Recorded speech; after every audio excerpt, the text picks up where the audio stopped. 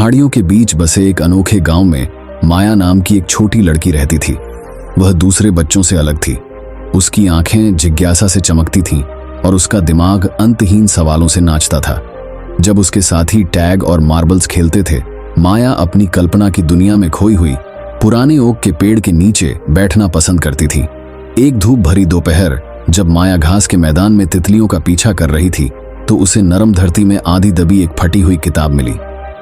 कांपते हाथों से उसने मिट्टी झाड़कर उसे खोला और दूर दूर की जमीनों और जादुई जीवों की कहानियों से भरे पन्ने पाए। उस पल से माया की जिंदगी हमेशा के लिए बदल गई। हर दिन माया ओक के पेड़ के नीचे अपने गुप्त स्थान पर वापस चली जाती, रोमांच और आश्चर्य की कहानियां पढ़ती।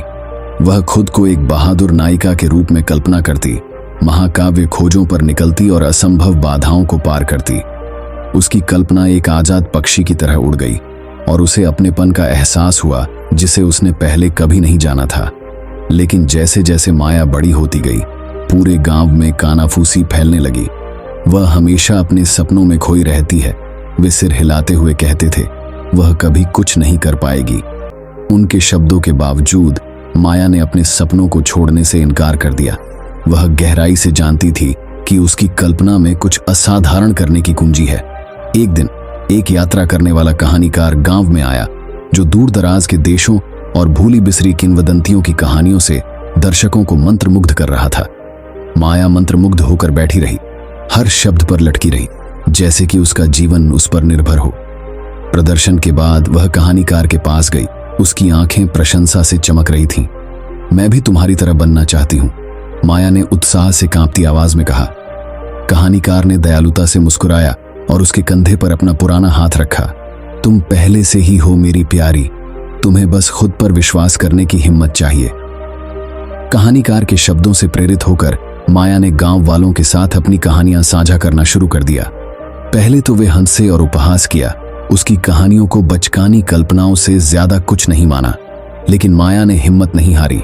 उसके द्वारा बोले गए हर शब्द के साथ उसकी आवाज और भी मजबूत होती गई और जल्द ही गांव के लोग उसके संक्रामक उत्साह से आकर्षित हुए बिना नहीं रह सके। जैसे जैसे साल बीतते गए, माया की ख्याति दूर दूर तक फैलती गई। दूर दूर से लोग उसकी कहानियां सुनने के लिए आते थे और उसका नाम जादू और आश्चर्य का पर्याय बन गया। लेकिन अपनी नई नई प्रसिद्धि के बावजूद माया विनम्र बनी रही।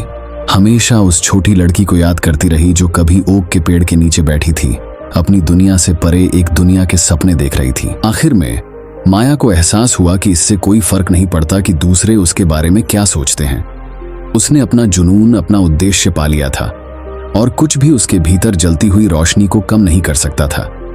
क्योंकि माया ने सबसे महत्वपूर्ण सबक सीख लिया था, कभी भी खुद की तुलना किसी और से न करना, बल्कि बस खुद बनना और अपने सपनों को कल्पना के पंखों पर उड़ने देना। जैसे जैसे माया की प्रसिद्धि फैलती गई, वैसे वैसे उसके आसपास की दुनिया पर उसका प्रभाव भी बढ़ता गया। अपनी कहानियों के जरिए उसने अनगिनत लोगों को अपनी रचनात्मकता को अपनाने और अपने सपनों का पीछा करने के लिए प्रेरित किया। बच्चे उसके चारों ओर इकट्ठा होते, आश्चर्य से भरी आंखें, जब वह बहादुरी, प्यार और क्षितिज से परे मौजूद असीम संभावनाओं की कहानियां सुनाती। लेकिन माया की यात्रा चुनौतियों से रहित नहीं थी। रास्ते में उसे संदेह और अनिश्चितता का सामना करना पड़ा। ऐसे क्षण जब आगे बढ़ते रहने की तुलना में हार मान लेना आसान लगता था। फिर भी हर बाधा के साथ माया को अपने जुनून में ताकत और अपने दृढ़ संकल्प में लचीलापन मिला। एक विशेष रूप से अंधेरी रात जब संदेह ने उसे खा जाने की धमकी दी, माया ने खुद को एक बार फिर पुराने ओक के पेड़ की आरामदायक शाखाओं के नीचे पाया। सितारों से भरे आसमान को देखते हुए उसे शांति का एहसास हुआ। उस पल में वह जानती थी कि आगे चाहे कितनी भी चुनौतियां क्यों ना हों, वह हमेशा अपनी कल्पना की शक्ति में सांत्वना पाएगी। और इस तरह माया की कहानी सामने आती रही, जो खुद पर विश्वास की परिवर्तनकारी शक्ति का प्रमाण है। अपने शब्दों के माध्यम से उसने दूसरों को याद दिलाया कि यह हमारी परिस्थितियां नहीं हैं जो हमें परिभाषित करती हैं, बल्कि हम जो चुनाव करते हैं और जो सपने हम पूरा करने का साहस करते हैं। साल बीत गए और माया के बाल सफेद हो गए, लेकिन उसकी आत्मा हमेशा की तरह जीवंत रही।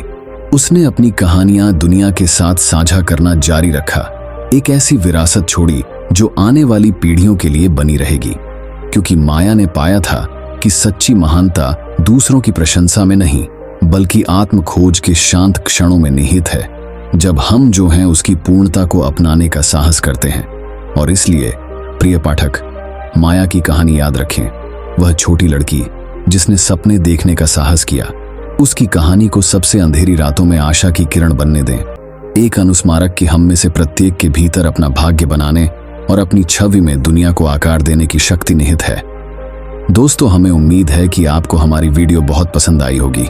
अगर वीडियो पसंद आई हो तो वीडियो को लाइक और एक मित्र के साथ शेयर जरूर करें, और हमारे चैनल से जुड़ने के लिए चैनल को सब्सक्राइब कर लीजिए। धन्यवाद। नमो बुद्धाय।